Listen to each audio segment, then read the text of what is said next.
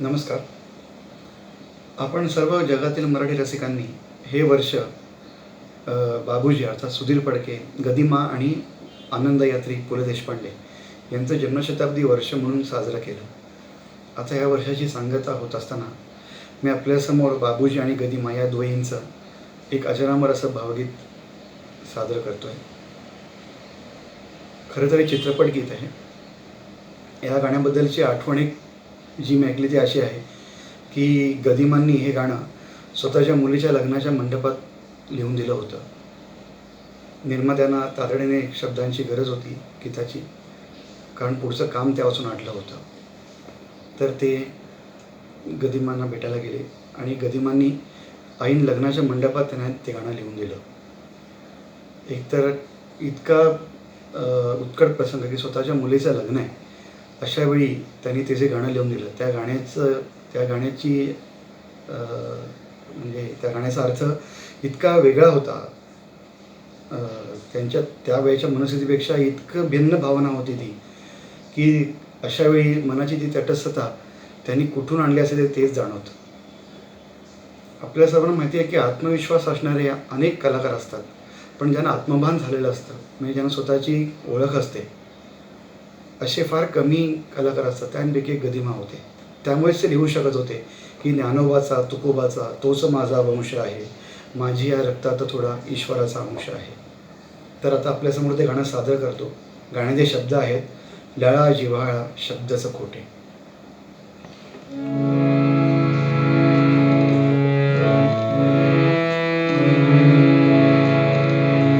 लळा जिव्हाळा शब्दच खोटे,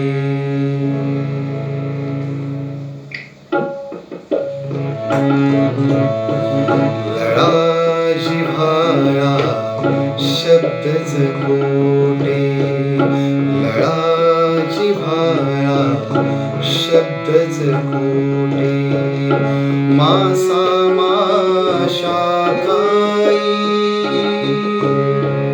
कुणी कुणाचे नाही राजा, कुणी कुणाचे नाही. लळा जिव्हाळा शब्दच खोटे.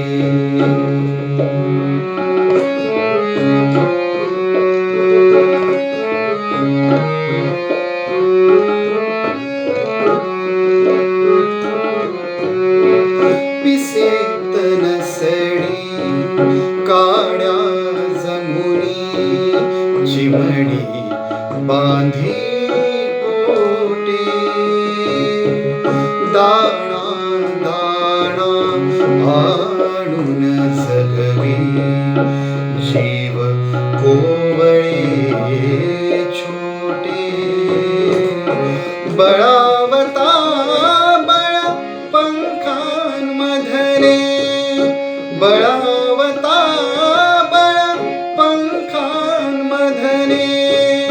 पिल्लू उडून जाई, कोणी कुणाचे नाही राजा, कोणी कुणाचे नाही.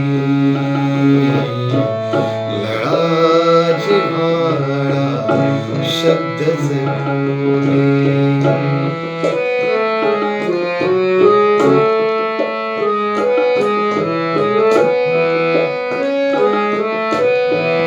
रक्त ही जेथे सूड साधते, तेथे कसली माया.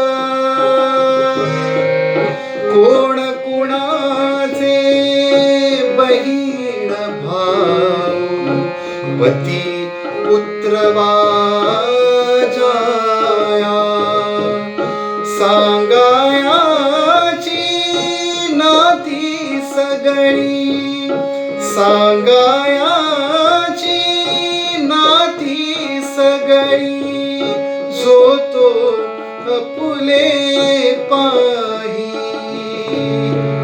कुणी कुणाचे नाही राजा कोणी कुणाचे नाही.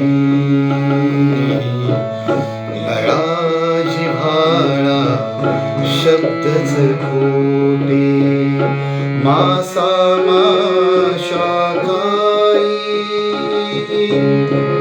कोणी कुणाचे नाही राजा कोणी कुणाचे नाही. कोणी कुणाचे नाही.